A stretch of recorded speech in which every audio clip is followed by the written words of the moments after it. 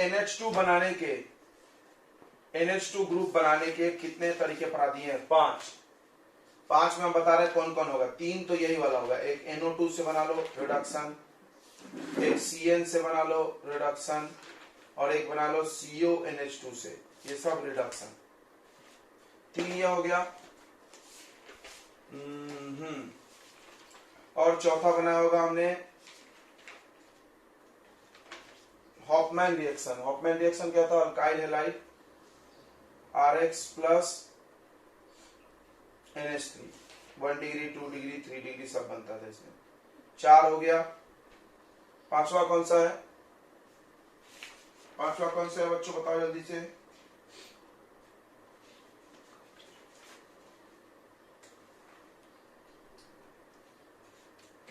आज पढ़ा दिए ना, बोल रहे हैं।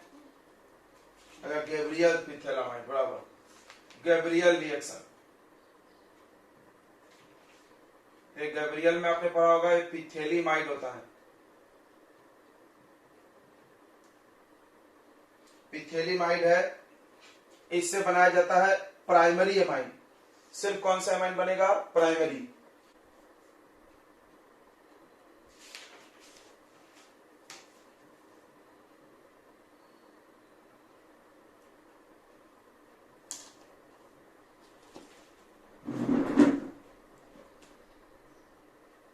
ब्रोमोमाइड।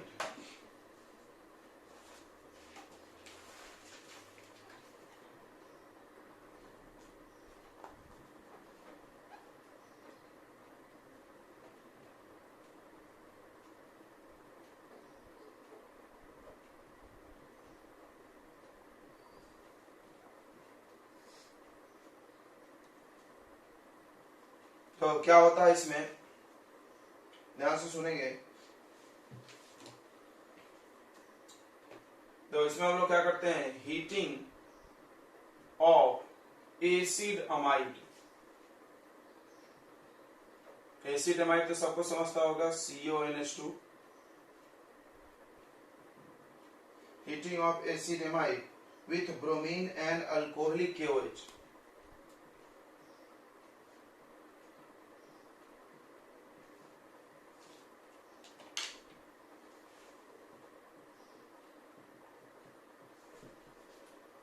अल्कोहलिक KOH के साथ हीट करेंगे, इससे प्राइमरी एमाइन बनेगा।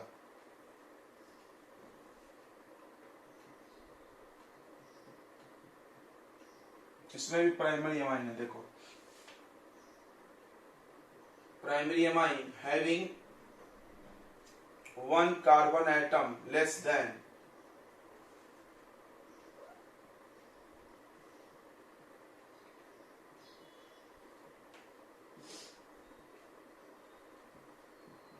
Acid amide. एसिड अमाइड से एक कार्बन की संख्या क्या हो जाएगी? कम हो जाएगी। ठीक है, देखिए ध्यान से। एसिड अमाइड सब लोग जानता होगा, RCONH2, ये पहले भी मिला है। इसमें तुमने एक तरीका पढ़ा है रिडक्शन। रिडक्शन कर दो, LiLH4 कुछ भी डाल दो।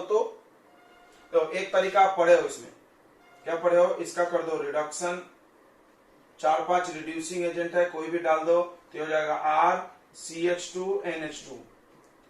इसमें जितना कार्बन था इसमें भी उतना ही कार्बन है, कोई कार्बन संख्या कम नहीं हुई अगर रिडक्शन किए तो, जो कि हमने आपको पिछले क्लास में पढ़ा दिया। रिडक्शन अगर आप करेंगे तो कोई कार्बन कम नहीं होगा। अब अगर हम रिडक्शन नहीं करें, ये मेथड लगाए, तो एक कार्बन आइटम कम हो जाएगा। देखो कैसे, अगर आप रिडक्शन करोगे तो कोई कार्बन आइटम कम नहीं होगा। क्लियर है? लेकिन हॉफमैन मेथड में कम हो जाएगा। ये आपको एमाइड, इसमें डालना है Br2 यानी ब्रोमीन प्लस अल्कोहलिक KOH,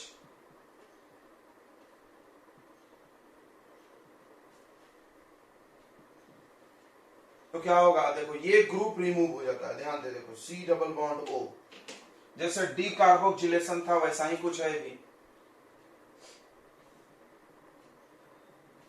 ये पूरा ग्रुप ही हटा दो, और क्या बाहर निकलता है बच्चों? ये पूरा ग्रुप हटा दो तो बाहर निकलेगा, अब बनेगा आपको RNH2 amine. Plus K2Cr2 K2 Cr कहां से गया K2CO3 K2CO3 समझ रहा, पोटेशियम कार्बोनेट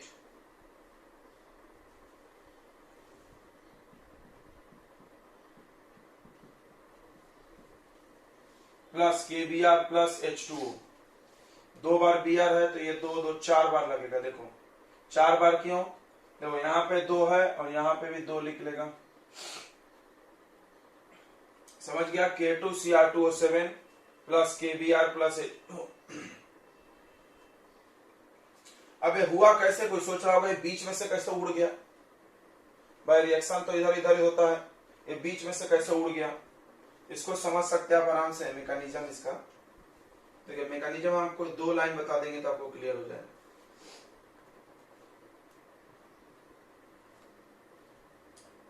तो मैकेनिज्म में सबसे पहले क्या हो गया,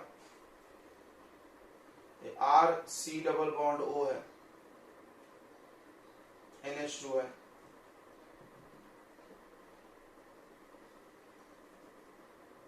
सबसे पहले इस पे Br जुड़ेगा, Br2। जब Br2 रिएक्ट करेगा तो इसमें क्या हो जाएगा, इसमें जाके Br जुड़ेगा, एक Br जुड़ेगा, एक HBr बाहर निकलेगा, बराबर है। Br और KOH रिएक्ट करेगा, Br और KOH रिएक्ट करता है तो क्या होता है बच्चों, तो इसमें जाके Br एक जुड़ेगा,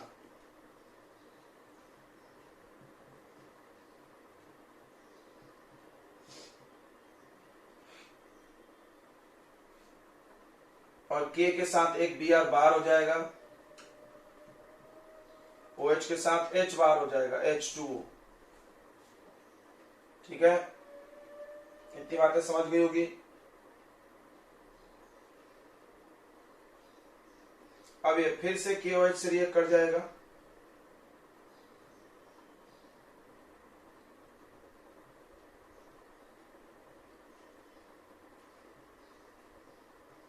अल्कोहलिक KOH HBr हटा देगा यहां से,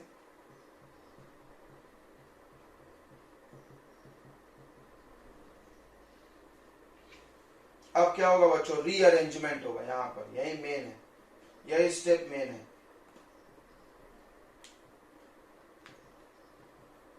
रीअरेंजमेंट, ये यहां चला जाएगा, समझ रहा, ये यहां चला जाएगा, ये रीअरेंजमेंट बोलते हैं इसको।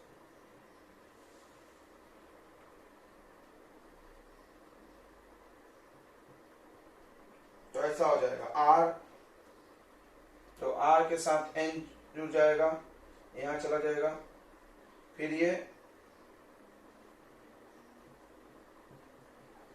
ऐसा हो जाएगा। देखो तो नहीं समझा होगा, चलो C डबल बॉन्ड O था, हो यहाँ सिंगल बॉन्ड N था, N के साथ R जुड़ गया, जाके N के साथ क्या जुड़ गया, R, और यहां पर डबल बॉन्ड आ गया, कहां से, ये माइनस चार्ज जो था वो यहां बॉन्ड बना लिया, ऐसा। इसी को हमने ऐसा लिखा, देखो R लिखे, फिर N लिखे, फिर N के साथ और C के साथ डबल बॉन्ड,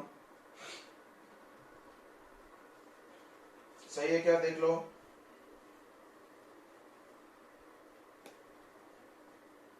अब कर देंगे हाइड्रोलिसिस, इसके बाद क्या कर देंगे हम लोग, हाइड्रोलिसिस।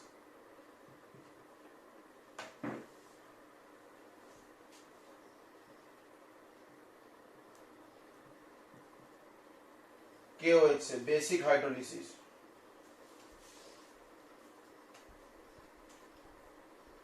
तो बन जाएगा K2CO3, दिख रहा है K2CO3, ये पूरा बाहर, और इसमें आगे क्या जुड़ जाएगा, 2H, तो RNH2 प्लस K2CO3। समझ में आ गया, ये मेन स्टेप है कि ये कहां हुआ, रीअरेंजमेंट हुआ, ये अल्काइल ग्रुप जाके यहां पर जुड़ गया, ठीक है, इसीलिए ये CO बाहर निकल गया, देखो किनारे में चला गया, ये मैकेनिज्म है। ठीक है, समझ में आ गया। तो हॉफमैन ब्रोमाइड डिग्रेडेशन में एक कार्बन एटम कम हो जाएगा, देखो यहाँ पर CO ग्रुप था या नहीं है, एक कार्बन क्या हो गया, कम, तो देखो यहाँ भी अमाइन बन रहा है, इसके पहले भी अमाइन बना था रिडक्शन से भी। अंतर है कि इसमें कार्बन कम हो गया है, उसमें कम नहीं हुआ था। इसमें भी बच्चों लिमिटेशन है। अच्छा, एक कार्बन एटम कम हो रहा है, इसीलिए इसको डिग्रीडेशन बोलते हैं। डिग्रीडेशन मतलब क्या होता है? टूटना। डिग्रीडेशन मतलब क्या होता है? टूटना। तो ये टूट रहा है, क्यों टूट रहा है बच्चों? देखो एक कार्बन कम हो गया, ठीक है। In this method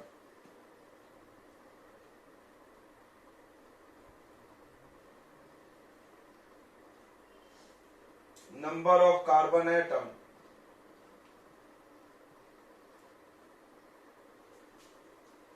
is less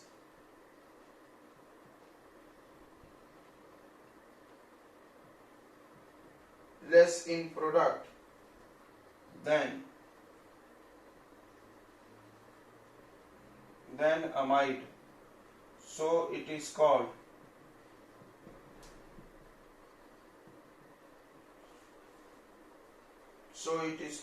degradation।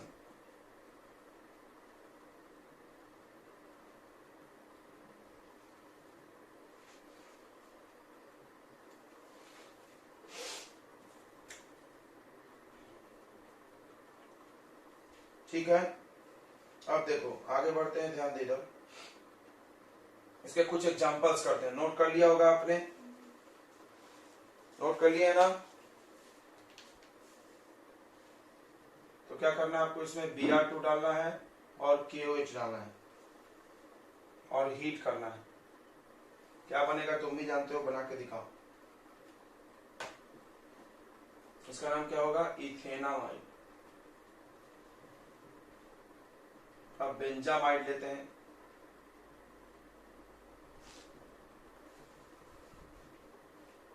यह है बेंजामाइड।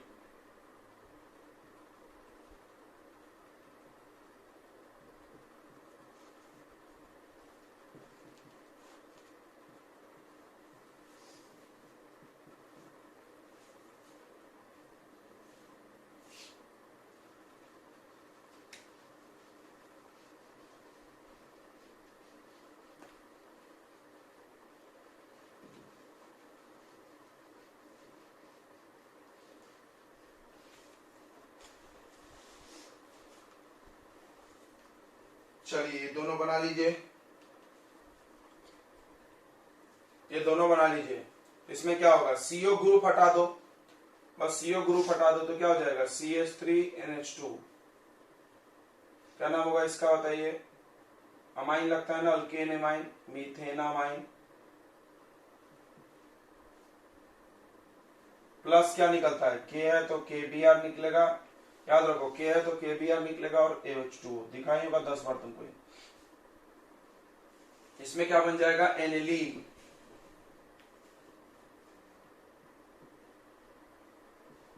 बेंजीन रिंग पे NH2 आ जाएगा और बन जाएगा इसमें K2Cr2, K2CO3 भी बनता ना।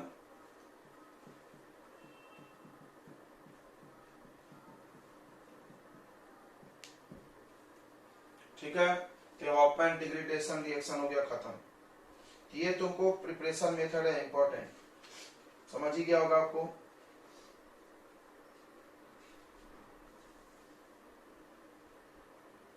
चलिए तो हम लोग पढ़ते हैं इसके फिजिकल प्रॉपर्टीज।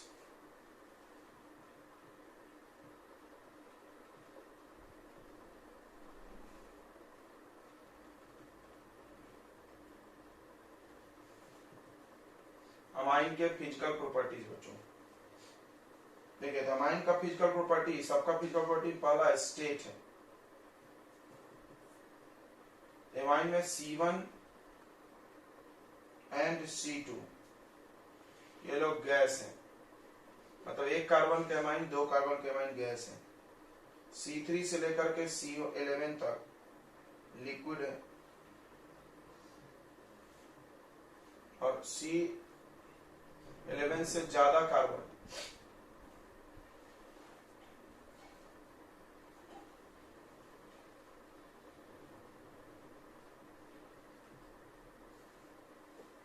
ये होते हैं सॉलिड। ठीक है,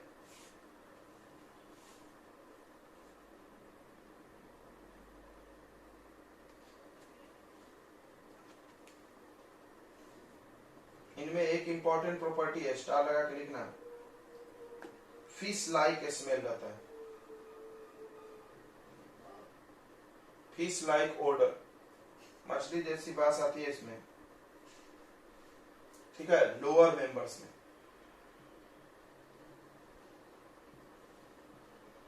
जो निचले मेंबर्स हैं उनमें मछली जैसा बास आती है, ठीक है, ऊपर वाले में नहीं आता।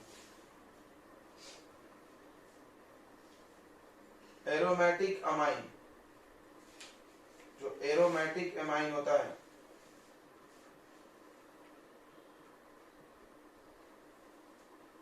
एरोमेटिक अमाइन, इसमें भी अनप्लीजेंट स्मेल है, मतलब पसंद नहीं आएगा अपने को।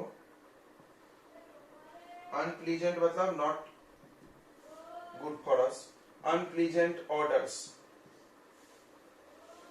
And poisonous.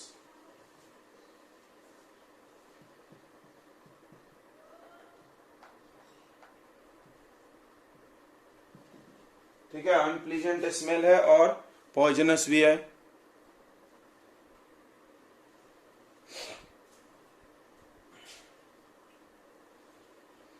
ठीक है, दूसरी बात करते हैं सोलेबिलिटी की, पानी में घुलता कि नहीं, तो घुल जाता है।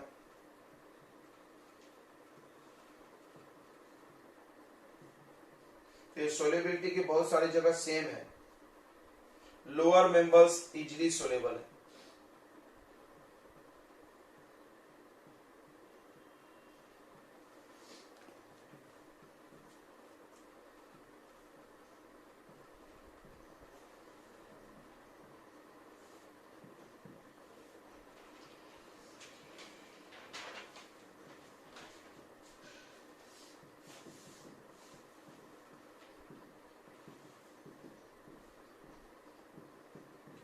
ठीक है, ये तो आपको समझ रहा होगा, बहुत बार मिला ये। कोई भी ऑर्गेनिक कंपाउंड अगर पानी में घुला तो समझ जाओ हाइड्रोजन बॉन्ड बना रहा है पानी में, तभी घुल रहा है, नहीं तो नहीं घुल सकता था। ठीक है, तो ये लोग हाइड्रोजन बॉन्ड बना लेते हैं पानी के साथ। हाइड्रोजन बॉन्ड भी हम दिखा देते हैं बना के, ऊपर का हो गया ना। तो हाइड्रोजन बॉन्ड विथ वाटर, ये लोग पानी के साथ हाइड्रोजन बॉन्ड बना लेते हैं, तो क्या होगी बच्चों, इसके वजह से ये घुल जाता है। देखो ऐसे R है, फिर N है, फिर H है, फिर H है, फिर डॉट डॉट डॉट, यहाँ पे हाइड्रोजन आ जाएगा, फिर O है, फिर H है, वाटर। फिर यहाँ पे क्या आ जाएगा बताइए, यहाँ पे आ जाएगा आपको H, R ऊपर लिखो।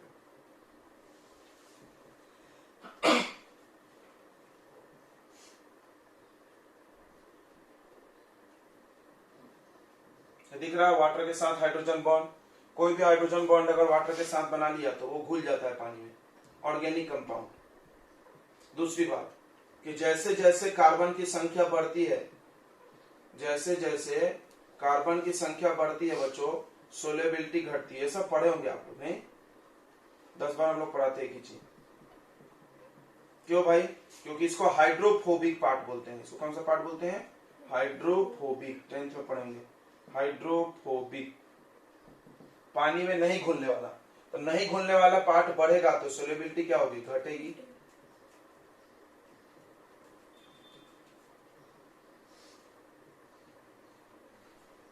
ठीक है, यही सब बात है। प्राइमरी सेकेंडरी टर्शियरी में कौन जल्दी घुलेगा, प्राइमरी घुल जाएगा क्योंकि उसमें हाइड्रोफोबिक पार्ट कम है। एलिफैटिक और एरोमेटिक में कौन घुलेगा, एरोमेटिक तो इनसोलेबल है। एनिलीन जो है इज इनसोलेबल।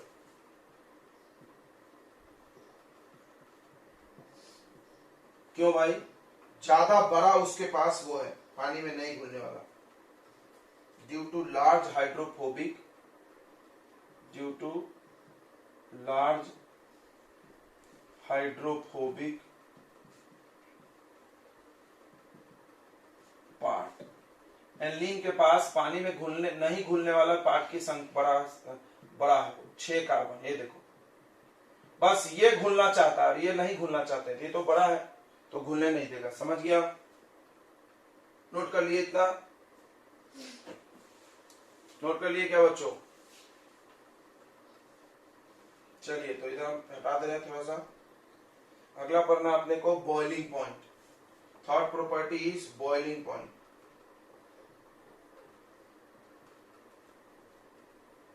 बॉइलिंग पॉइंट में क्या होगा कि nitrogen hydrogen bond in amine is polar. सबको पता है पोलर का मतलब इस पे पार्शियल निगेटिव, इस पे पार्शियल पॉजिटिव चार्ज होता है। ये खींच लेता है इलेक्ट्रॉन को क्योंकि वो मोर इलेक्ट्रोनिगेटिव है। इस वजह से इनमें इंटरमॉलिक्यूलर हाइड्रोजन बॉन्ड होगा। So it has intermolecular hydrogen bond. मतलब समझो इसको। मतलब जैसे अल्कोहल होता था, एक अल्कोहल दूसरे अल्कोहल से तीसरे अल्कोहल से जुड़ा रहता था, उसी तरह अमाइन भी होगा बच्चों। उसी तरह अमाइन भी होगा, ध्यान दे इधर। उसी तरह अमाइन भी होगा, एक अमाइन दूसरे अमाइन से जुड़ा रहता है। कौन से बॉन्ड से बच्चों? हाइड्रोजन बॉन्ड से। कौन से बॉन्ड से? हाइड्रोजन बॉन्ड से। तो जब आप बॉयल करने जाओगे तो बहुत टाइम लगेगा भाई। क्यों टाइम लगेगा बताओ? क्योंकि पहले हाइड्रोजन बॉन्ड तोड़ना पड़ेगा। ये बिल्कुल अल्कोहल जैसा लग रहा होगा, अल्कोहल में भी होता था।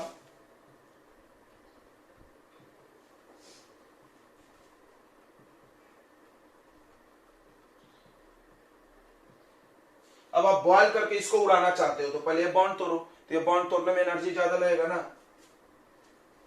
तो इसका बॉइलिंग पॉइंट हाई है। क्लियर हो गया? बट सबसे हाई नहीं है।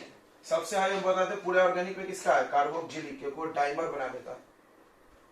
It has intermolecular hydrogen bond, so it has intermolecular hydrogen bond, hence its boiling point is higher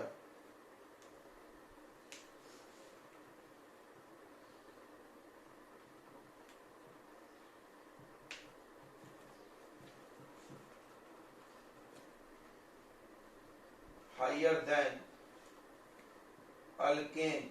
alkane से ज्यादा है, अल्काइल हैलाइड से ज्यादा है, तो कई लोग में हाइड्रोजन बॉन्ड नहीं होता था, राइट। अल्डिहाइड कीटोन से ज्यादा है, ऑफ सिमिलर मॉलिक्यूलर मास। कभी भी तुलना करें तो सेम मॉलिक्यूलर मास वाले का, मतलब लगभग सेम होना चाहिए, ध्यान रखना इस बात।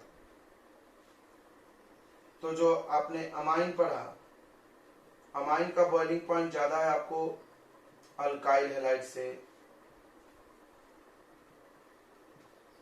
अल्केन से, इन सबसे ज्यादा है। लेकिन कुछ लोगों से कम भी है, कम भी है।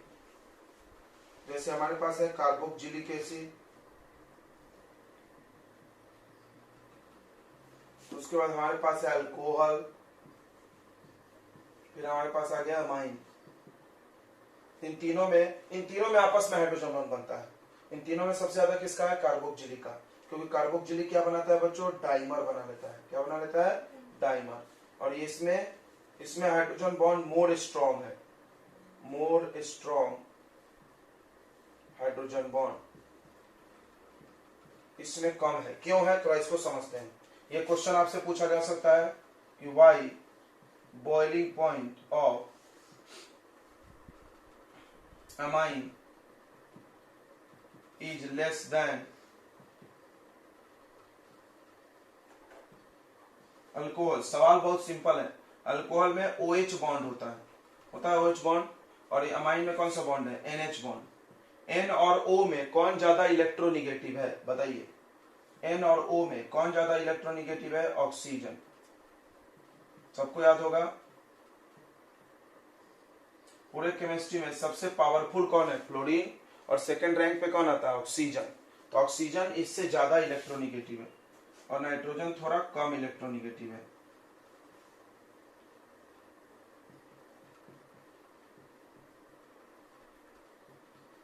जब ये ज्यादा इलेक्ट्रोनिगेटिव है तो ये ज्यादा बॉन्ड को खींचेगा, इस पे ज्यादा प्लस चार्ज आएगा, और इस पे कैसा, सॉरी प्लस नहीं माइनस आएगा, और इस पे प्लस, और इस पे कम आएगा।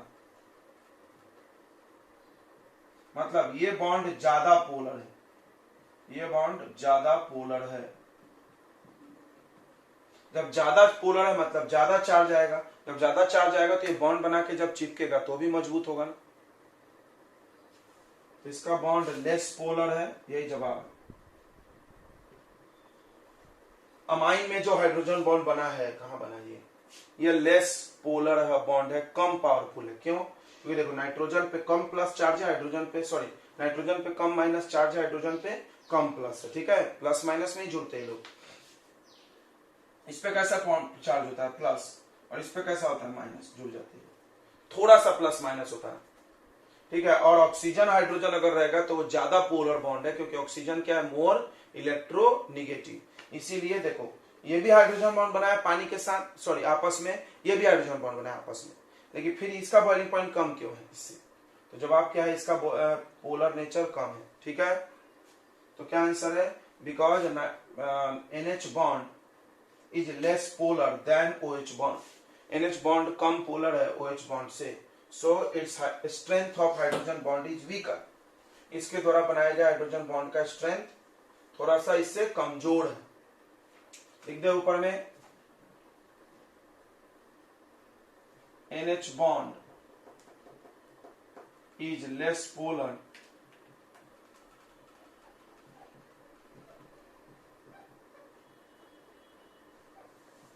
than OH bond, so NH bond is less polar than OH bond, so इसलिए क्या होगा, इसलिए बताइए, स्ट्रेंथ ऑफ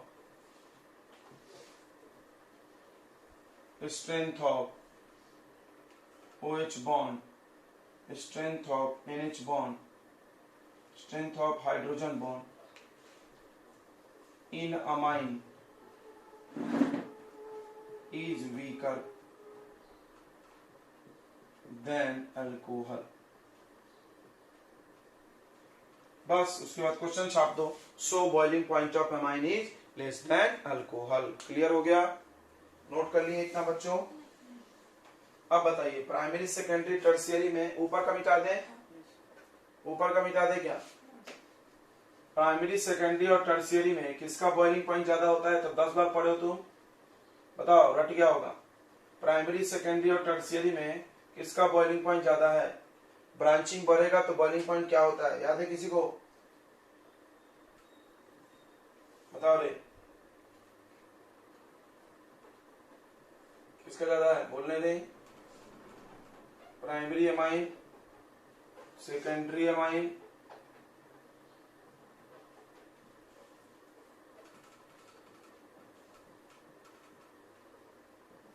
सबने पढ़ा होगा ब्रांचिंग बढ़ेगा तो बॉइलिंग पॉइंट घट जाता है, तो किसका ज्यादा होगा? प्राइमरी का। प्राइमरी सेकेंडरी टर्शियरी समझता है ना देवी, क्या होता है प्राइमरी मतलब, बता कैसे बनाते हैं उसको?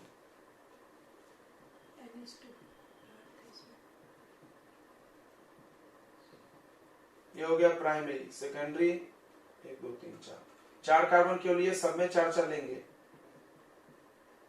3 में भी हो जाता था, नहीं 3 में नहीं।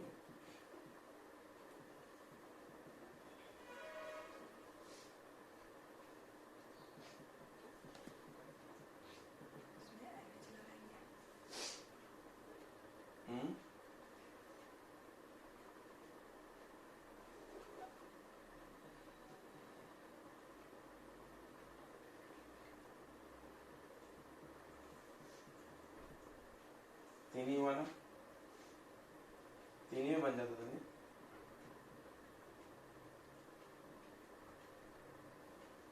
फिर 1 डिग्री है, 2 डिग्री, 3 डिग्री कैसा बनाएंगे?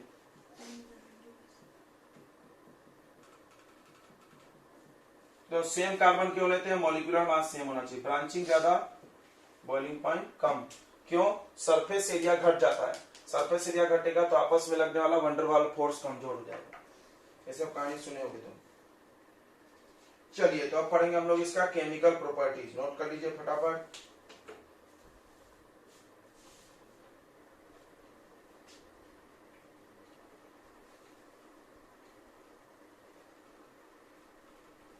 तो सबसे पहला केमिकल प्रॉपर्टी है बेसिक नेचर। जैसे अभी तक आपने बहुत सारे फंक्शनल ग्रुप पढ़े हैं और सब में आपको एसिडिक नेचर पढ़ाया गया।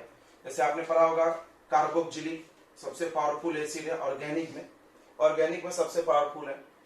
उसके बाद अल्कोहल पढ़ा, अल्कोहल भी एसिडिक नेचर दिखाता है बट इससे कमजोर है। अल्काइल हैलाइड पढ़े, अल्डिहाइड भी पढ़े हैं, उसमें अल्फा कार्बन एसिडिक नेचर दिखाता है, अल्फा कार्बन पे हाइड्रोजन जो है। इस सब में एसिडिक नेचर की बात हुई, कहीं बेसिक की बात नहीं हुई। पूरे ऑर्गेनिक में मात्र इकलौता बेसिक ग्रुप है, कौन सा? अमाइन। क्यों? तुम पढ़े होगे बचपन में NH3 बेस है। कौन सा बेस है? लीविस बेस, क्योंकि ये लोन पेयर क्या कर सकता है? डोनेट कर सकता है। लोन पेयर डोनर कौन सा बेस होता है? Lewis base. तो ये जितने भी अमाइन है सब पे लोन पेयर है नाइट्रोजन पे, तो सबके सब बेस के जैसा काम करेंगे। बेस का डेफिनेशन 3 प्रकार के होते हैं, आर्हेनियस, लेविस और ब्रॉन्स्टेड। सुने होंगे, तीनों डेफिनेशन आपने सुना होगा। तो जितने भी अमाइन है वो सबके सब लेविस बेस की तरह काम करते हैं। ये लेविस बेस की तरह काम करते हैं क्योंकि ये लोग लोन पेयर डोनेट करते हैं।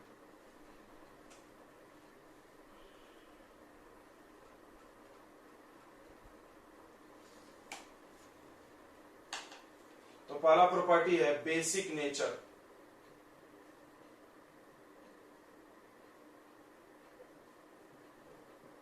Of amine.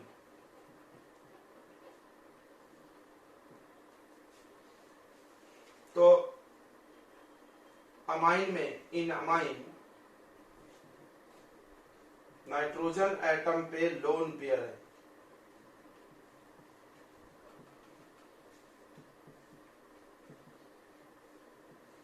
so it is lone pair donor।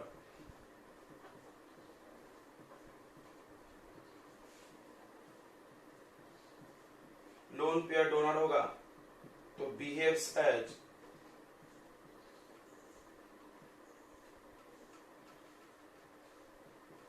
Levi's is base. और एक बात है, it is also proton acceptor.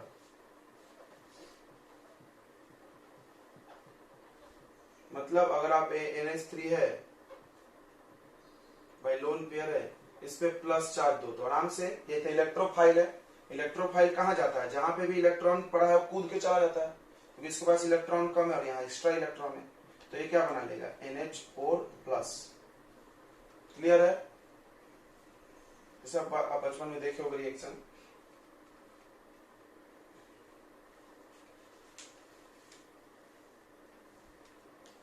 जैसे देखिए कुछ रिएक्शंस ये दिखाता है अपने बेसिक नेचर की वजह से।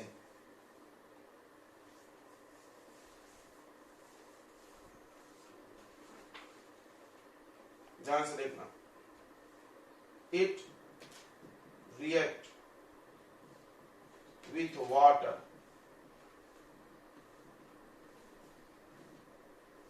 ये वाटर से रिएक्ट कर लेगा और अपना लोन पेयर डोनेट कर देगा।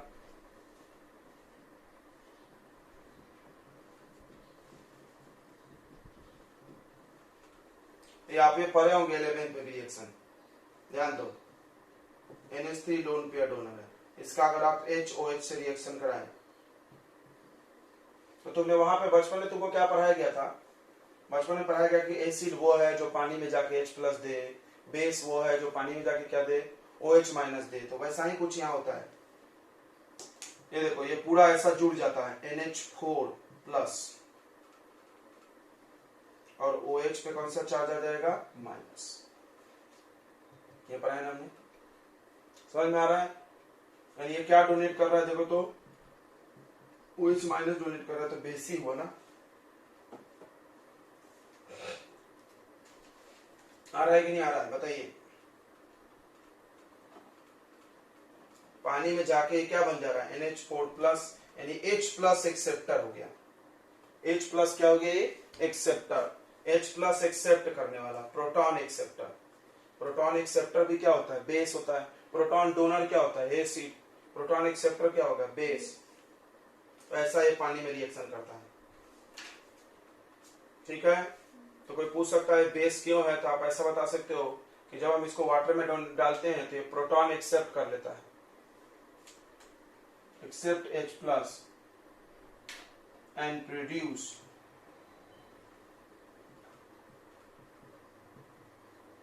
OH माइनस प्रोड्यूस करता है, so it is basic nature, so it behaves as base. एक इसका ऐसा बिहेव कर रहा है बच्चों बेस की तरह। ओके, इसको हम लोग हाइड्रोलिसिस बोलते हैं वाटर में। उसके अलावा देखो तो तुम ऐसा लिख लो इसको, some reactions due to its basic nature, ऐसा हेडिंग लिख लो।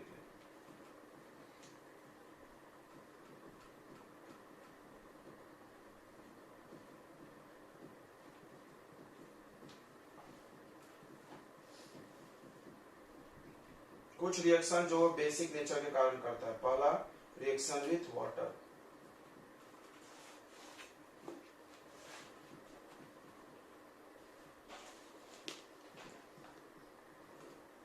पानी में रिएक्ट करना। पानी में जाके क्या करता है ये H प्लस एक्सेप्ट कर लेता है, किसमें से, वाटर में से। किसमें से, वाटर में से।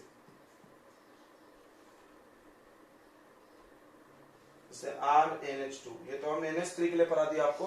हम लोग तो अमाइन पढ़ रहे हैं ना, तो कौन सा पढ़ रहे टॉपिक, अमाइन। तो अमाइन में भी एक लोन पेयर है, अमाइन में भी क्या है बच्चों, लोन पेयर है। इसको जैसे आप वाटर में डालोगे ये भी क्या करेगा, H प्लस एक्सेप्ट कर लेगा और ऐसा हो जाएगा RNH3 प्लस, और प्लस क्या रिलीज करेगा, OH माइनस। क्लियर है। 1 डिग्री 2 डिग्री 3 डिग्री सबके सब वही होते हैं, सब एक्सेप्ट करते हैं। अब बेसिक नेचर अलग अलग होता है, 1 2 3 डिग्री का भी हम पढ़ाएंगे। 1 डिग्री 2 डिग्री 3 डिग्री का बेसिक नेचर अलग है, लेकिन रिएक्शन सॉल्व करेगा। 1 degree 2 degree 3 degree all amines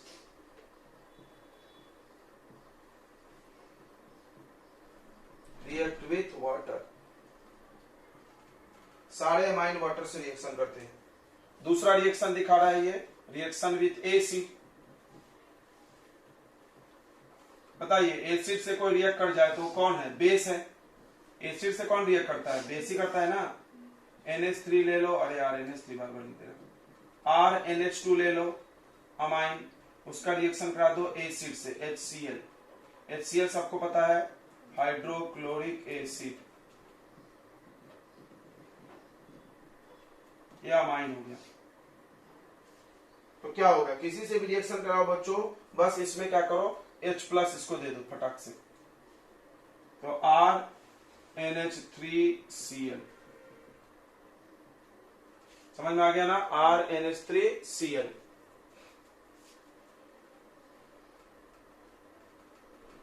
ये सारे रिएक्शन इस बात को प्रूव करते हैं कि कौन सा नेचर है, बताइए इसका कौन सा नेचर है, बेसिक नेचर। कौन सा नेचर है, बेसिक नेचर, क्योंकि एसिड से कौन रिएक्ट कर सकता है, बेसिक कर सकता है।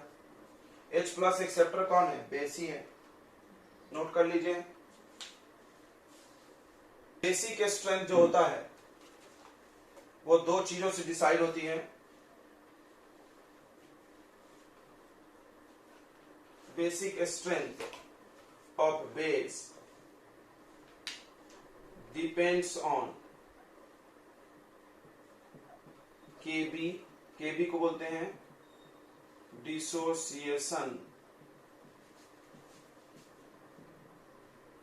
कांस्टेंट फॉर बेस,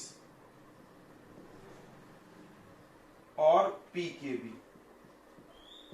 Kb से डिसाइड होगा और pKb से। कैसे भाई, कैसे भाई, तो देखो मजा रहा है। Basic strength is proportional to pKb, sorry Kb, जिसका Kb ज्यादा वो बेसिक पावर भी उसका ज्यादा होगा, और इनवर्सली प्रोपोर्शनल टू pKb, यानी pKb क्या होना चाहिए, कम होना चाहिए। कोई बोला क्यों इनवर्सली प्रोपोर्शनल है, बिकॉज, कारण बता दे रहे भाई। देखिए जो pKb का फॉर्मूला है वो ऐसा है, माइनस लॉग के बी। ये माइनस इधर ऊपर आके पावर बन जाएगा, तो क्या बन जाएगा, लॉग के बी का पावर कितना, -1। के बी का पावर -1 को हम लोग क्या लिख सकते हैं, 1/kb। अब देखो के बी और पी के बी कैसा एक दूसरे का उल्टा, तो के बी बढ़ाने से बेसिक पावर बढ़ा, तो ये बढ़ाने से घटेगा। अब के बी कैसे आएगा, देखो कैसे होता है डिसोसिएशन। डिसोसिएशन कैसे होता है, अभी बताए थे, बेस को क्या में डाल दो, पानी में, हुआ था ना डिसोसिएशन। तो ऐसा होता है, ये NH4, अरे यार बार बार NH लिखते हैं, R लिखें, RNH2 आना चाहिए, 11th का आदत लग गया है। तो RNH4 प्लस होगा, RNH2 होता है ना रे,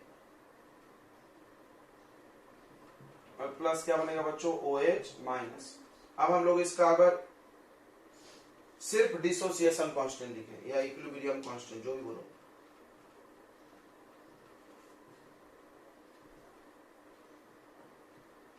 इक्विलिब्रियम कांस्टेंट लिखने का वैल्यू किसने बताया था, law of mass action, 11th में पढ़े होंगे। क्या होता है, के concentration of product upon concentration of reactant, तो RNH3 plus OH minus upon RNH2 और H2O, इसको बोलते हैं इक्विलिब्रियम कांस्टेंट, ठीक है। अब इसमें क्या होता है, हाइड्रोलिसिस कर रहे हैं तो वाटर बहुत एक्सेस में रखा जाता है, पता होगा, वाटर क्या रखा था, बहुत एक्सेस में रखते हैं, तो बहुत एक्सेस है, बहुत एक्सेस है, इसका कंसंट्रेशन बहुत कम है, हटा दो 0, तो इसको हटा के यहां पर ला लो H2 और इसको मल्टीप्लाई कर दो, तो इसको और इसको मल्टीप्लाई करके यहां पे आ जाता है Kb। Kb को हम लोग बोलते हैं डिसोसिएशन कांस्टेंट फॉर बेस।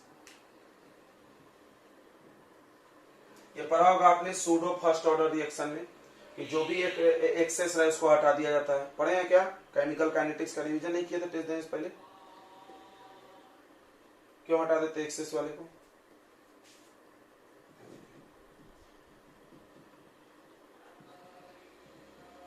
कोई बता रहा है एक्सेस वाले क्यों हटा देते हैं,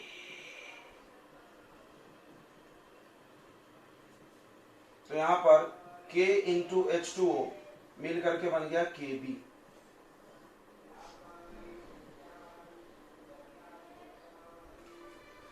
तो अब देखो इस Kb को ध्यान से देखो, देखो अगर Kb को बढ़ाओगे, अगर OH आयन बढ़ेगा, देखो OH आयन, पहले ऐसा सोचो, अगर OH आयन बढ़ेगा तो बेसिक पावर बढ़ता है, तो ये OH न्यूमरेटर में है, ये बढ़ेगा तो बेसिक पावर बढ़ेगा, बढ़ेगा कि नहीं, तो Kb भी बढ़ेगा, तो Kb बढ़ने से हाइड्रोक्साइड आयन बढ़ता है, OH बढ़ता है, तो OH बढ़ेगा तो बेस बढ़ेगा, इसीलिए Kb को बोला गया कि बेसिक पावर के डायरेक्टली प्रोपोर्शनल है। ठीक है, इतनी बातें समझ गई ना, ये आप अभी तक जवाब मेरे को किसी ने नहीं दिया, K इंटू H2O क्यों Kb ले लिए, और हमारी सबको पता है RNH2 है, दोनों में लोन पेयर है, बट यहाँ पे जो अल्काइल ग्रुप है बच्चों, इलेक्ट्रॉन डोनर ग्रुप होता है, सबको पता है, ये अल्काइल ग्रुप बचपन से तुम सुनते आ रहे हो, कौन सा ग्रुप है, इलेक्ट्रॉन डोनेटिंग ग्रुप, और जब ये इलेक्ट्रॉन देंगे तो यहाँ पर लोन पेयर की संख्या और बढ़ेगी, बेस मतलब जिसके पास लोन पेयर होना चाहिए देने वाला, तो जब यहाँ पे इलेक्ट्रॉन डेंसिटी बढ़ेगा तो इसका बेसिक पावर भी बढ़ जाएगा, ये बेसिक ज्यादा है, ठीक है। अब वैल्यू से देख लें, जो pKb वैल्यू है, pKb अमोनिया का 4.7 है और 1 डिग्री अमाइन का है 3.38, तो कौन ज्यादा बेसिक हुआ, ये, क्यों, याद है ना, अभी बताया था pKb का उल्टा होता है basic power, basic power pKb का क्या होता है, उल्टा, क्या Kb में आप देख लो, Kb में ज्यादा, बात देखिए, देखो Kb से ही pKb बनाया गया, pKb क्या होता है, लिखने में आसान होता है, छोटा नंबर आता है, तो याद है pH का वैल्यू ज्यादा ज्यादा कितना होता है, 14 तक, लेकिन अगर Kb का वैल्यू देखो तो ऐसा 1.8 10 का पावर -5, याद ही नहीं होगा, इसलिए इन्होंने pp में चले गए, बस तुमको उल्टा याद है अपने दिमाग में concept.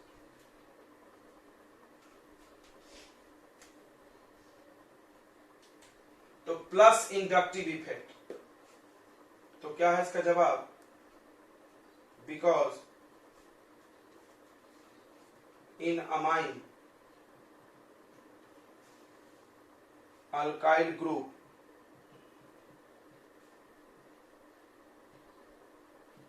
is electron donating group।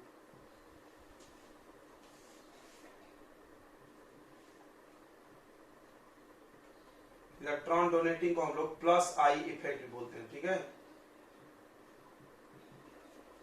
Electron donating group, it increases electron density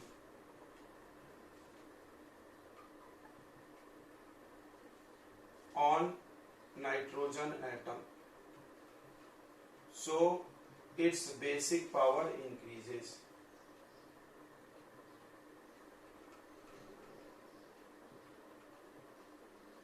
तो बेसिक क्यों था ये बेसिक इसलिए था क्योंकि इसके बाद लोन पेयर था, देने की क्षमता थी। अब कोई तुमको और मदद करे और तुम इलेक्ट्रॉन बांटो, जैसे तुम दान देने निकले या रोड पे लोग और पैसे लाके दे और बांटो और बांटो, तो और मजा है। फिर तो समझ में आ गया ना। तो इसका बेसिक पावर ज्यादा है। अब ये पढ़ने के बाद बच्चों के मन में ऐसा आता होगा कि सर अब हम समझ गए, अब हम अगला सवाल का जवाब पक्का दे देंगे। हो क्या? ठीक है बच्चा। तो ये 1 डिग्री है, ये 1 डिग्री है, ये 2 डिग्री है, ये 3 डिग्री। ये alkyl group electron donating group होता है, बराबर है। ये भी बात पढ़ाएगी आपको। और इलेक्ट्रॉन देने से बेस की पावर बढ़ती है। तो बताइए इसमें सबसे अच्छा बेस कौन होना चाहिए? बोलो बच्चों, जल्दी बोले।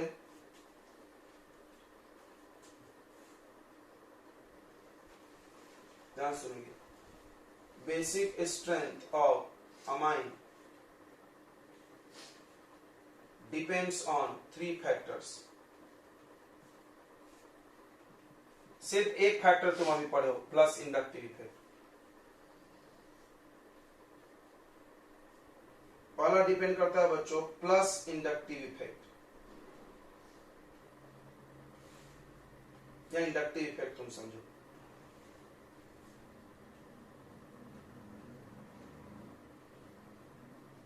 तो ये इफेक्ट में अगर आप 1 डिग्री पे लगाते रहो तो कोई एक्सेप्शन नहीं मिलेगा। 1 डिग्री पे लगाओ तो कोई एक्सेप्शन नहीं मिलेगा आपको।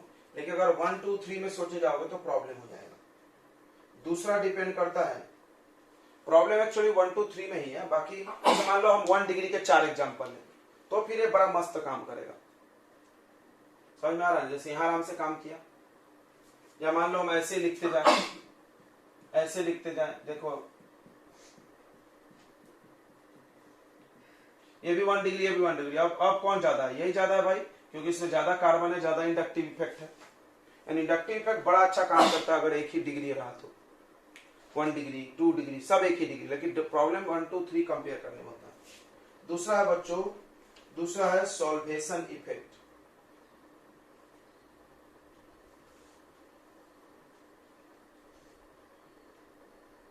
सॉल्वेशन इफेक्ट यानी हाइड्रोजन बॉन्ड पानी में जाके बना पा रहा है कि नहीं बना पा रहा है,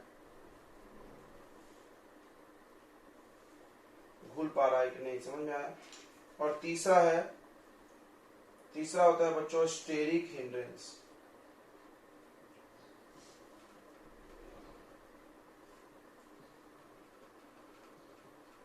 स्टेरिक हिंड्रेंस समझता है रिपल्सन बिटवीन वो ग्रुप्स, मतलब ग्रुप के बीच रिपल्सन, एटम्स और मॉलिक्यूल्स के बीच रिपल्सन। सॉरी, एटम्स और मॉलिक्यूल्स के बीच रिपल्सन को क्या बोलते हैं हम लोग? Steric hindrance.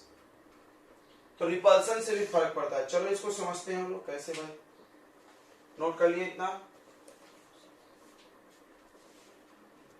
तो इलेक्ट्रिक इफेक्ट मतलब 2 इफेक्ट है, प्लस आई माइनस आई। इसमें 2 इफेक्ट पढ़ा जाता है, प्लस आई इफेक्ट। प्लस आई मतलब इलेक्ट्रॉन डोनेटिंग ग्रुप, शॉर्ट में लिखे रहे, इतना बड़ा कौन लिखेगा? Electron donating group. और माइनस आई मतलब इलेक्ट्रॉन विड्रॉलिंग ग्रुप। ये क्या करता है? इंक्रीज करता है बेसिक स्ट्रेंथ। अब बेस में जो पढ़ रहा हो एसिड में उल्टा कर लेना, इस बेस का पावर बढ़ा रहा है, एसिड का पावर घटाता है, और ये डिक्रीज करता है बेसिक स्ट्रेंथ।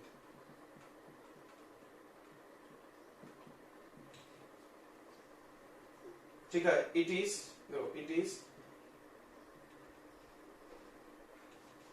तो इसका ये मतलब है it means 3 degree amine is या should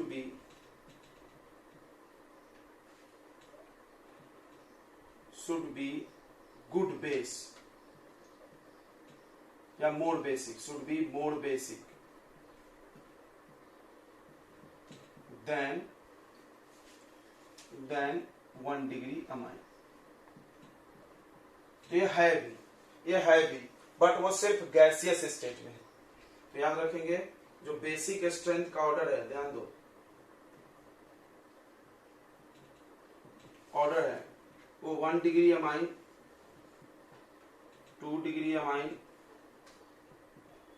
और 3 डिग्री अमाइन में कौन ज्यादा है? 3 डिग्री ही है इन गैसियस स्टेट। क्यों? हम एक एक चीज क्लियर करेंगे। 1 डिग्री अमाइन जो होता है ऐसा है RNH2, 2 डिग्री अमाइन R2NH और 3 डिग्री अमाइन R3N। इसमें क्या है? 3 इलेक्ट्रॉन डोनेटिंग ग्रुप है, अच्छे से बनाना चाहिए ऐसे नहीं,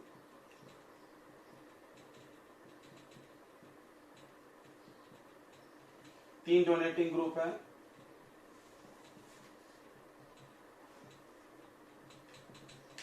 ठीक है, बट ये गैसियस स्टेट में, यानी गैसियस स्टेट में ना सॉल्वेशन इफेक्ट लगता है और ना ही स्टेरिक हिंड्रेंस काम करता है। ठीक है, काम करता है स्टेरिक हिंड्रेंस बहुत कम, क्योंकि गैसियस स्टेट में तुम पढ़ोगे मॉलिक्यूल्स फ्री रहते हैं, आजाद घूमते रहते हैं। सॉल्वेशन मतलब क्या होता है? पानी में घुलना। पानी में घुलने के लिए तो आजाद नहीं रह सकते, लिक्विड स्टेट चाहिए। लिक्विड स्टेट में मॉलिक्यूल पास पास में आते होंगे तो रिपल्सन बढ़ता होगा। ठीक है, सॉल्वेशन मतलब क्या होता है? Dissolve in water.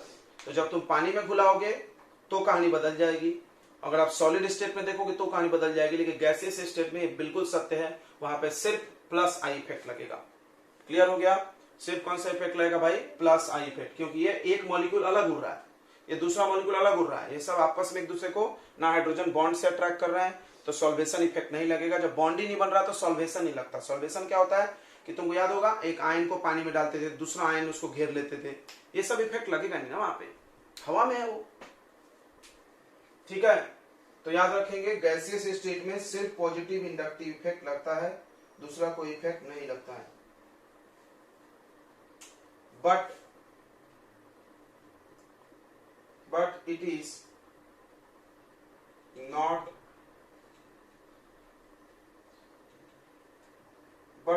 in aqueous state, ऐसा लिख लो। but this order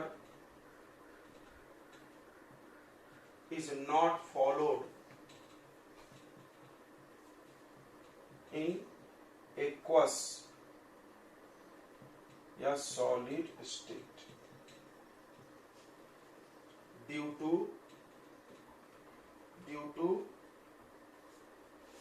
किसकी वजह से बताइए? Due to presence of solvation effect. चलिए, मतलब सॉलिड और गैसियस में सॉल्वेशन आएगा, सॉरी क्या बोल दिया, सॉलिड और लिक्विड में आएगा सॉल्वेशन, गैसियस में नहीं आएगा। गैसियस में ऑर्डर बिल्कुल सत्य है, सत्यभामा की तरह।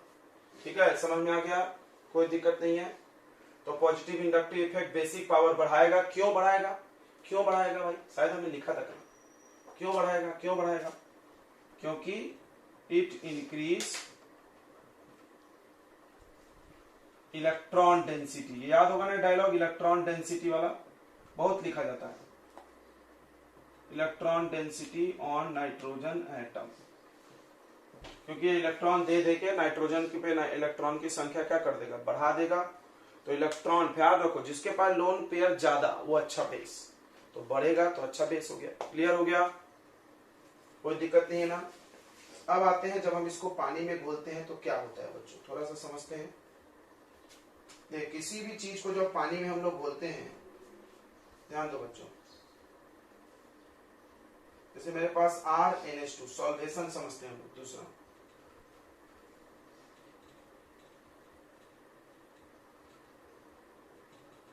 सॉल्वेशन में आप बचपन में पढ़े होंगे हाइड्रेशन, हाइड्रेशन इसको बोलते हैं, सॉल्वेशन, हाइड्रेशन।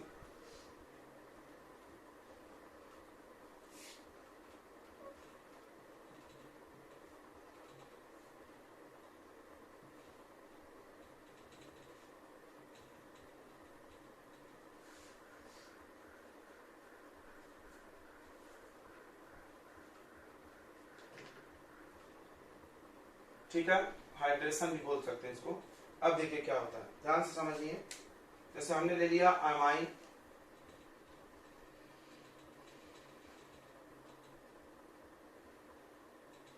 और आप लिक्विड स्टेट में हो, एक्वस स्टेट में पानी में घोले हो, तब की बात हम कर रहे हैं। आपने इसको वाटर में डाल दिया, भाई पानी में डालेंगे तभी तो सॉल्वेशन की नाम आएगी। सॉल्वेशन को हम लोग हाइड्रेशन भी बोलते हैं। हाइड्रेशन कब बोलते हैं? In case of water. अगर आप पानी में घोले हो तो क्या बोलेंगे? हाइड्रेशन। अगर किसी दूसरे चीज में घोल दिए, कोई जरूरत थोड़ी कि पानी में ही घोला जाए, तो हम solvation. Solvation is a general name. Solvent सुनिए, सॉल्वेंट जिसमें घुलाते हैं। अगर सॉल्वेंट पानी हो तो क्या नाम बोलेंगे उस प्रोसेस का? हाइड्रेशन। अब बड़ा अच्छे से पढ़े हो, हाइड्रेशन होने पे क्या होता है? हाइड्रेशन एंथैल्पी निकलता है। ये सब चीजें पढ़े हो नरवे? नहीं पढ़े हो तो नली में कूद जाके। तो जैसे ये ऐसे पानी में डालते हैं तो क्या होगा? यहाँ पे H प्लस चला जाएगा, एक्सेप्ट करेगा ये बना लेगा RNH3 प्लस, और OH पे कौन सा चार्ज? माइनस। यानी किसी भी कंपाउंड को, ऐसा कोई भी कंपाउंड जिसको हम पानी में डालें और वो आयंस प्रोड्यूस करे, तो उसमें एक बड़ा अच्छा इफेक्ट होता है। क्या होता है बच्चों? तो मान लीजिए RNH3 पानी में गया, प्लस चार्ज, तो पानी के अंदर के जो मॉलिक्यूल्स हैं माइनस वाले, या वाटर ही, वाटर का जो माइनस चार्ज वाला मॉलिक्यूल है वो इसको घेर लेगा चारों तरफ से, चिपक जाएगा। खुद ही बोलो। O पे कौन सा चार्ज होता है? तुमने पढ़ा होगा ना, पार्शियल निगेटिव। तो इसी प्रोसेस को हम लोग बोलते हैं हाइड्रेशन होना। क्या होना? हाइड्रेशन होना। पानी घेरा है तो अगर कोई दूसरा सॉल्वेंट घोल देता तो क्या बोलते हैं उसको? सॉल्वेशन। ये हो गया आपका हाइड्रेशन ऑफ कटायन। क्या हो गया? हाइड्रेशन ऑफ कटायन हो गया। और जब ऐसा होते रहता है तो एनर्जी रिलीज होती है, और इस एनर्जी को हम लोग बोलते हैं हाइड्रेशन एंथैल्पी या हाइड्रेशन एनर्जी। यानी कुल मिला क्या बात है कि जब हम पानी में डालते हैं, कोई भी अपने आयंस में टूटता है तो उससे एनर्जी निकलती है। ये बात समझ में आ गई? इसी को क्या बोलते हैं हम लोग? हाइड्रेशन प्रोसेस का नाम है, और एनर्जी का नाम है hydration energy, hydration enthalpy. Clear है? अब इसको थोड़ा डिटेल में ले चलते। ये नाम आपको समझ गया भाई। अब इसको थोड़ा डिटेल करते हैं, जूमिंग करते हैं कि 1 to 3 डिग्री में क्या फर्क पड़ेगा। 1 to 3 डिग्री में क्या फर्क पड़ेगा, चलिए देखते हैं। मतलब जितना अच्छे से एनर्जी निकलेगा, ध्यान समझना रे, जितना अच्छे से एनर्जी निकलेगा उतना अच्छा रहेगा। हाइड्रेशन एंथैल्पी हाई होगा तो बेसिक पावर भी अच्छा होगा। हाइड्रेशन एंथैल्पी अच्छा रहेगा तो बेसिक पावर भी अच्छा होगा। ठीक है, इसको ऐसा लिख दे, greater the stability of cation। ये cation बना है, दिख रहा है?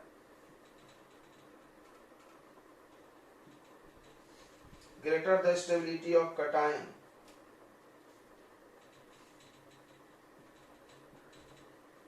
stronger will be base।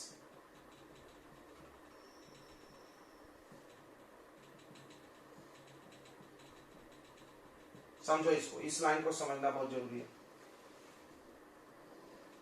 क्या है कि अमाइन को हम पानी में डालेंगे तो ये H प्लस लेगा और ऐसा ऐसा बनेगा।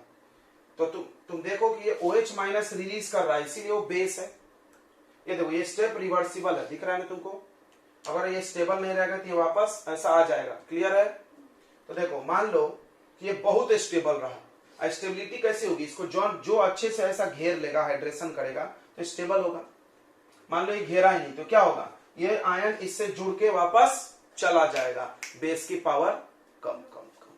फिर से समझते हैं, समझा नहीं सर? अरे यार, बेस में तुमको एक बात तो बचपन से पढ़ाया गया होगा, अच्छा बेस वो है जो पानी में जाके ढेर सारा क्या प्रोड्यूस करे, OH-। अच्छा एसिड वो है जो पानी में जाके ढेर सारा क्या प्रोड्यूस करे, H+। इतना तो सब लोग जानते हैं, ठीक है। ये एक रिवर्सिबल प्रोसेस है। बार बार जब भी हम आयंस में तोड़ते हैं तो एरो लगाते हैं इक्विलिब्रियम का, मतलब ये टूट भी सकता है तो ये जुड़ भी सकता है। क्या होगा अगर हम इसको जोड़ने से रोक दें, मान लो ये आते जाए और इसको हम लूट के लेते जाए तो OH आयन की कंसंट्रेशन क्या होती जाएगी, बढ़ती जाएगी, आगे आगे जाएगा, आगे आगे जाएगा। अब समझो, ये जो कटायन बना इसको आके वाटर पूरा घेर लिए, जब इसको घेर लिए तो क्या ये OH- से जुड़ेगा, नहीं जुड़ सकता। जब ये नहीं जुड़ सकता तो ये वापस जाएगा नहीं, यानी ये वापस जाएगा कि नहीं जाएगा किस बात पर डिपेंड करती है कि कितने अच्छे से इसको OH वाटर मॉलिक्यूल ने आके घेरा है।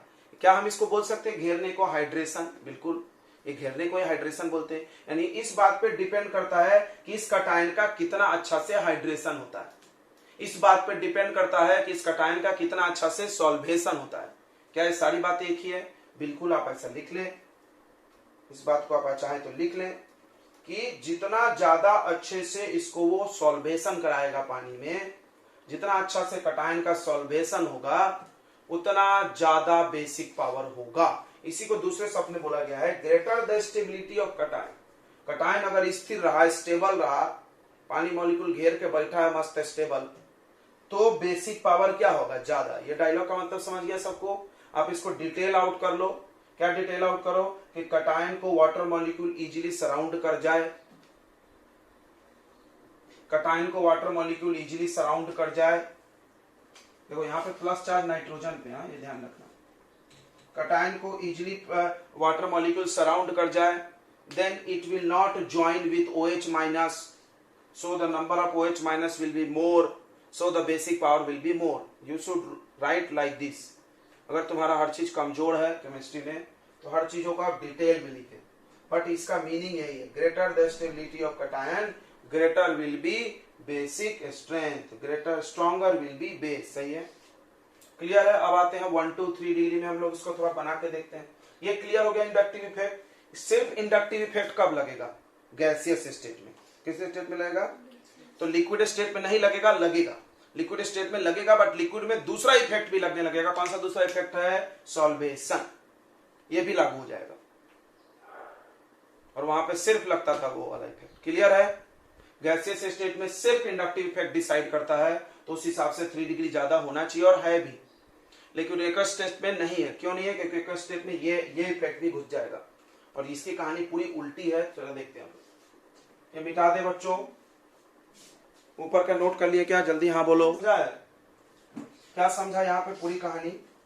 कि अगर कटायन को अच्छे से वाटर मॉलिक्यूल आके सॉल्वेशन किया, हाइड्रेशन किया, तो कटायन की स्टेबिलिटी ज्यादा होगी, और कटायन की स्टेबिलिटी ज्यादा होगी तो बेस का पावर भी ज्यादा होगा, रिवर्स नहीं जाएगा, वो चायन बड़ा ज्यादा रहेगा। अब यहाँ पे कॉन्सेप्ट हमें लिखा है with increase of size of cation. जब जब कटायन का साइज बढ़ने लगता है, जब जब कटायन का साइज बढ़ने लगता है, तो टेंडेंसी ऑफ सॉल्वेशन घट जाता है। पानी मॉलिक्यूल जो उसको घेरते हैं वो घटने लगता है। क्यों घटने लगता है? स्टेबिलिटी ऑफ कटायन घट जाता है, तो बेसिक पावर भी घट जाएगा। इसको समझते हैं। देखिए, पूरा प्लस चार्ज किस पे है? नाइट्रोजन पे है। ये बात समझना।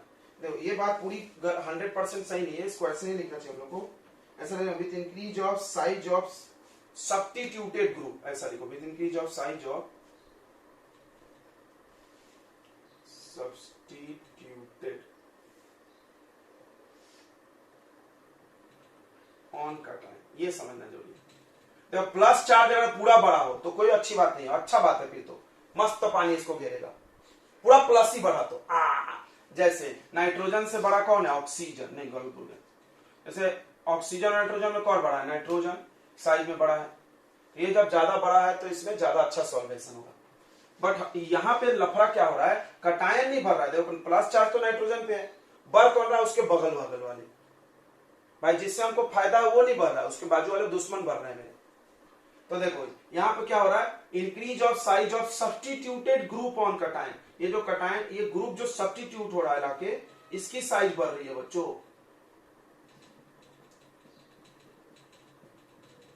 अब क्या होगा, जब इसको जाएगा वाटर मॉलिक्यूल घेरने, तो प्लस चार्ज तो नाइट्रोजन पे है भाई, नाइट्रोजन पे काम है, तो नाइट्रोजन पे चिपकना चाहेगा, इधर से खुला है, चिपक भी जाएगा, थोड़ा इसको पकड़ के रखेगा। इसमें भी थोड़ा वाटर, इसमें वाटर घुस नहीं पाएगा अंदर, समझो इसको। ये प्लस चार्ज, इसीलिए हम यहां बोले थे प्लस नाइट्रोजन पे, ध्यान रखना प्लस चार्ज नाइट्रोजन पे है। ये सारे वाटर का ऑक्सीजन किस पे चिपकना चाहेंगे, नाइट्रोजन पे। नाइट्रोजन तो यहां बीच में तुमने बंद कर लिया है, तो पहुंच पाएंगे नाइट्रोजन तक नहीं, तो यहां पे सॉल्वेशन डिफिकल्ट होगा। Solvation of 3 degree amine is difficult.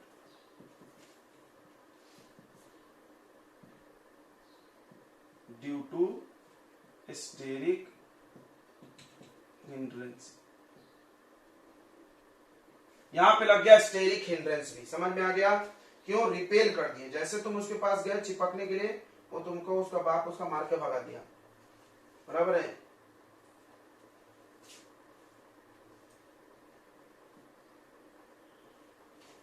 तो स्टेरिक हिंड्रेंस, जब अब ये वाटर मॉलिक्यूल आया तो रिपेल कर गए इन वजह से, फिर वो पहुंच नहीं पाया, पहुंच नहीं पाया तो सॉल्वेशन खराब हुआ, सॉल्वेशन खराब हुआ तो कटायन का स्टेबिलिटी खराब हुई, कटायन की स्टेबिलिटी खराब हुई तो बेसिक पावर भी खराब हो गया। यानी यहां पर सॉल्वेशन इफेक्ट के हिसाब से कौन अच्छा बेस होना चाहिए, बोलो 1 degree.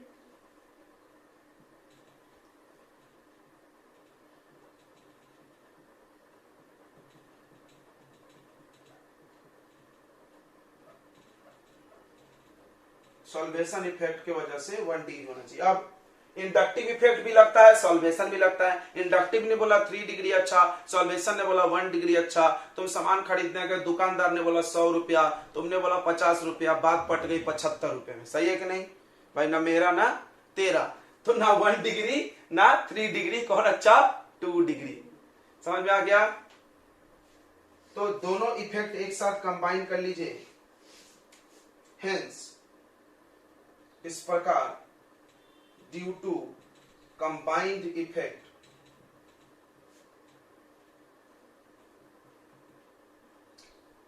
Of both it is found that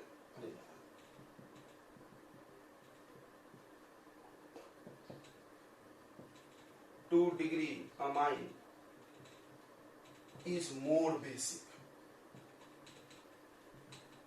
अब 1 और 3 में अभी भी लड़ाई जारू है, याद रखो 1 और 3 में लड़ाई अभी भी जारी है। थोड़ा हम तुमको दिखा दें, देखना 2 डिग्री का लाइन क्लियर हो गया भाई, वो बीच में चुपचाप बैठा था, 1 3 मार कुटाई कर रहे थे, दोनों साइड में हो गए। ले, दो लोगों के झगड़ा में कौन फायदा उठा लिया, तीसरा।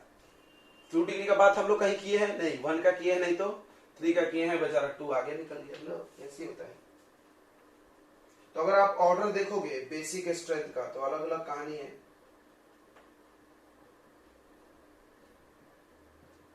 अगर आप देखोगे CH3 में तो CH3 whole twice NH, 2 degree सबसे आगे रखना ही पड़ेगा।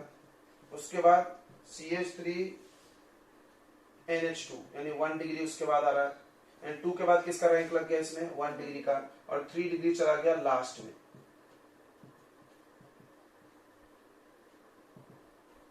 और उसके लास्ट में NH3 लिख सकते हो। NH3 ऐसे भी कमजोर बेस है एमाइन से, बताया था ना, पहला ही हेडिंग था ammonia is weak base than amine. तो 2 डिग्री, फिर 1 डिग्री, फिर 3 डिग्री, फिर 0 डिग्री। और अगर C2H5 में देखोगे, अगर C2H5 में देखोगे 2 कार्बन वाला, तो 2 डिग्री फर्स्ट रैंक है, यह है।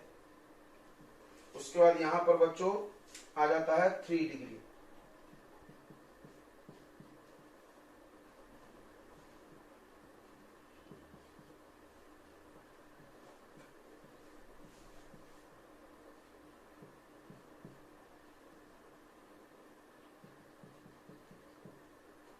और लास्ट में चला गया कौन सा डिग्री, 1 डिग्री। कोई तुमसे सवाल पूछ सकता है यहाँ पे वाई वाई वाई वाई, इसका जवाब तो है तुम्हारे पास, दोनों का कंबाइंड इफेक्ट है। इसका क्या जवाब होगा कि अल्काइल ग्रुप बड़ा है साइज में तो उसका रिपल्सन अलग होगा, और इथाइल ग्रुप छोटा है तो उसका रिपल्सन अलग होगा। क्लियर है?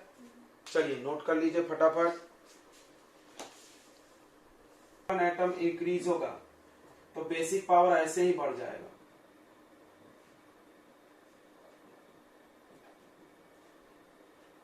बराबर है कि नहीं? बराबर है। जैसे मान लो CH3NH2 है और ये C2H5NH2 हो गया, तो कौन अच्छा बेस होगा? ये मत यहाँ देखने लगा स्टेरिक थे स्टेरिक, पगला 1 डिग्री में कोई स्टेरिक नहीं, 1 में दोनों, तो कौन अच्छा बेस होगा? ये होगा। क्लियर है? क्योंकि इसमें इलेक्ट्रॉन देने वाला ग्रुप क्या है? ज्यादा है, कार्बन ज्यादा है। कार्बन ज्यादा है तो इलेक्ट्रॉन डोनेटिंग ग्रुप भी बड़ा होगा। समझ में आ रहा है कि नहीं आ रहा है? मान लो हम 3 कार्बन ले लें, मान लो हम 3 ले लें तो और अच्छा बेस होगा, बिकॉज प्लस आई इफेक्ट बढ़ रहा है। क्या बढ़ रहा है? इधर सीधा जाते में प्लस आई इफेक्ट बढ़ रहा है। अब कोई बोला स्टेरिक क्यों नहीं लग रहा? 1 डिग्री है सब ना, तो कहेगा स्टेरिक 1 2 3 डिग्री रहेगा तो अब स्टेरिक घुसाना। नेक्स्ट पॉइंट, जो एरोमेटिक एमाइन है, एरोमेटिक एमाइन या जिसको तुम अराइल बोलते हो, अराइल एमाइन, या आप जिसको एनिलीन समझते हैं, सब एक ही नाम है, सब एक ही थाली के चट्टे बट्टे हैं, बट एनिलीन सिर्फ एक नाम होगा, कोई भी एरोमेटिक वाला कोई भी, are less basic than aliphatic.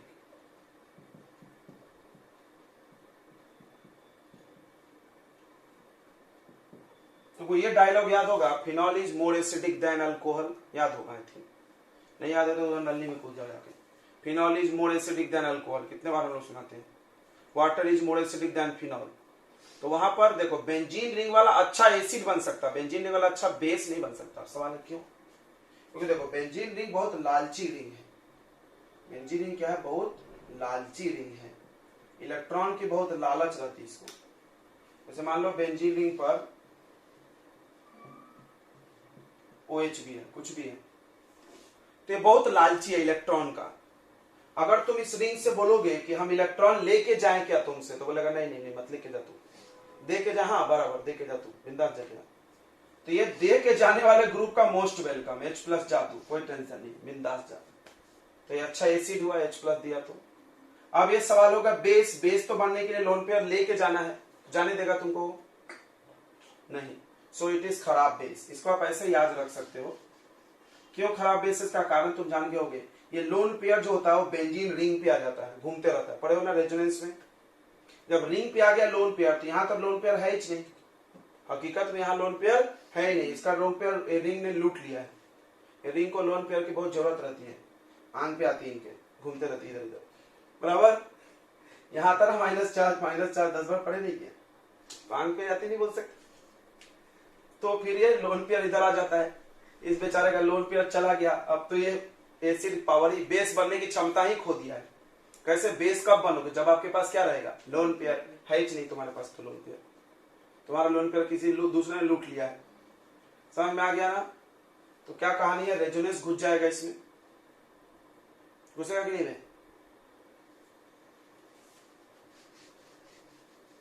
तो देखिए, तो इसको हम लोग अच्छे से समझ लेते हैं। जो एनिलीन है, पहला एग्जांपल एनिलीन का ले लेते हैं।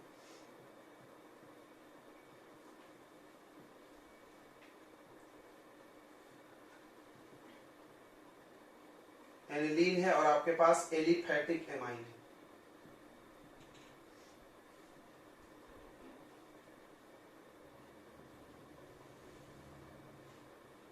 एलिफेटिक एमाइन को नाम अल्काइल एमाइन भी होता है।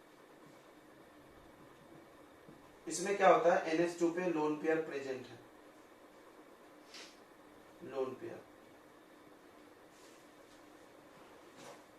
यहां पर है ही नहीं। देखो लूट लिया इसका लोन पेयर, मुझे तो लूट लिया पड़ोस वालों ने, बराबर है। सब कार्बन लूट लिया इसका इलेक्ट्रॉन, लूट लिया कि नहीं लूट लिया? कैसा होगा? रेजोनेंस होगा। देखो यहाँ का लोन पेयर यहाँ आएगा, पढ़े होगे ना, क्यों 10 बार पका रहे हैं।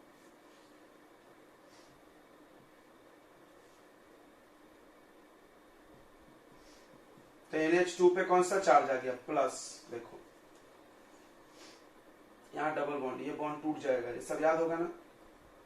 ये स्टाइलोन पेड़ इधर घूम रहा है, देखो पड़ोसी के पास में, संभाल के नहीं रख सकता अपना नोट पे। चले घर से प्रूव आगे बना लोगे कि नहीं बना लोगे? 10 बार बनाते रहते रेजोनेंस, याद हो जाना चाहिए।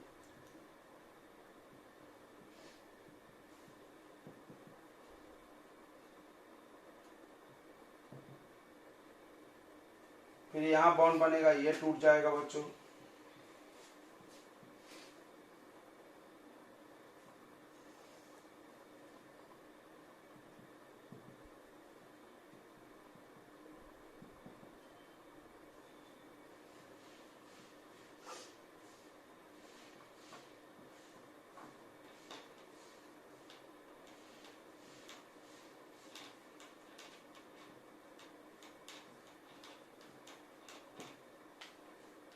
तो रेजोनेंस की वजह से इसका लोन पेयर कहां चला जाता है, बेंजीन रिंग पे चला जाता है।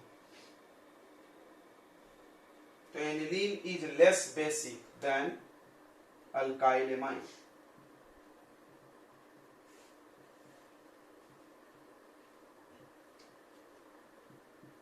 Due to resonance, electron density, resonance की वजह से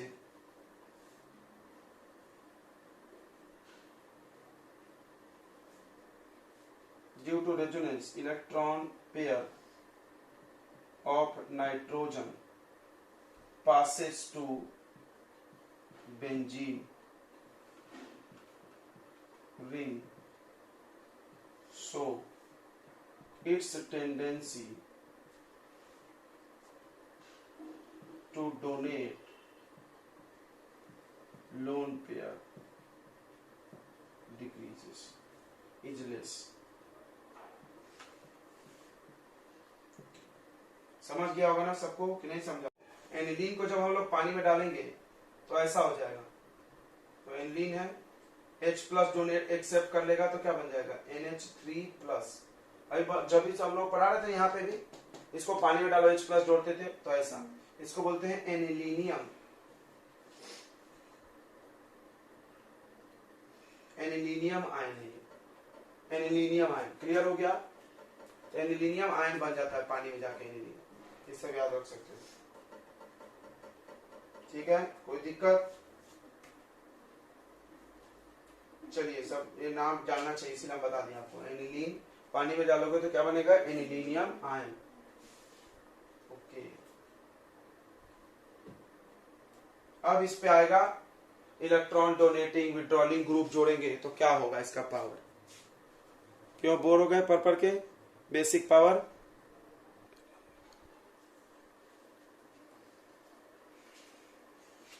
ये समझ में आ गया। एनिलीन और एनिलीनियम आयन में कौन ज्यादा बेसिक है? कौन ज्यादा बेसिक है बताइए? एनिलीनियम आयन, ये मोर बेसिक है। क्यों ज्यादा बेसिक है? क्योंकि एनिलीन ज्यादा स्टेबल होता है, वो H प्लस एक्सेप्ट करके अपनी स्टेबिलिटी नहीं बिगाड़ना चाहता है, तो नहीं बिगाड़ेगा तो H प्लस नहीं लेगा। H प्लस नहीं लेगा मतलब बेसिक प्रॉपर्टी नहीं दिखाएगा।